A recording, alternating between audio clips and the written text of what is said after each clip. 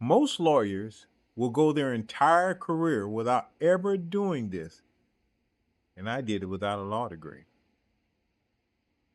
You see, the judge looked at me and he said, "Introduce yourself and state the name of the case." So I did. I reserved 5 minutes for rebuttal, and then I started arguing. No lawyer, just me. Here's exactly how I got ready for that moment and how you can too. If you ever been told you can't fight a company or an institution because you can't afford a lawyer, this is for you. I've represented myself for 9 years across multiple courts with real wins along the way. I'm not going to tell you it's easy. I'm not going to show you how it's done. I am going to show you how it's done. Starting with the one thing that decides whether your argument holds up or falls apart. Here's the single most important thing I've learned. Never build your argument on one point. Build it on several points, each one strong enough to win on its own. Lawyers call that independent grounds. I call it don't put all your eggs in one basket. Say a court threw out your case for being filed too late. You don't just argue it was too late. You argue one, it wasn't too late.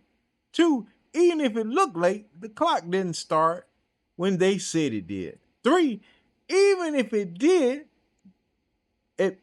they admitted the facts, then restarted. Now, the judge has to knock down all three to rule against you. Knock down one, and you're still standing. That's the whole game. If your case lives or dies on a single argument, you've handed the other side one target. Give them 3, 4, or 5 independent reasons, and you may win. And you've made their job very difficult.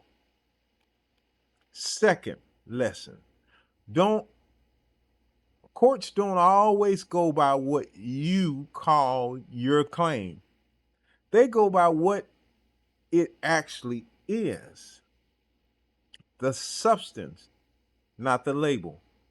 People lose cases because they put the wrong name on the right facts. So before you ever walk in, ask yourself, what is this case really about? Underneath the label, get that right, and half of your battle is won before you open your mouth. They call that the grab-a-man. What the case is really about underneath the label. Courts use it to decide what your case survives, whether your case survives. So should you. Now is a part no lawyer is going to tell you, and that is it's all about the procedure, not the merits. You're standing at the podium with 3 judges about above you.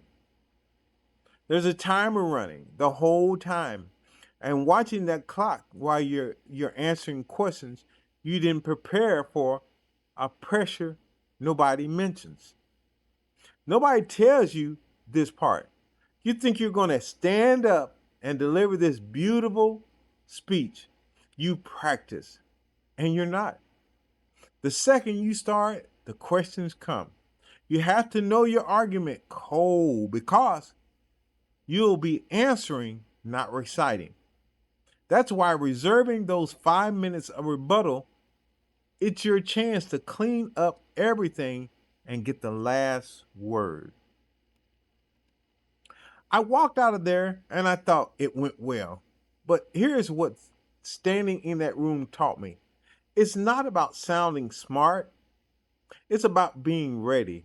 So that when they throw the questions you didn't expect, you're still standing. That's not a lawyer thing. That's an I'm ready for what you got thing. And if I can stand up there with no law degree and hold my ground, so can you.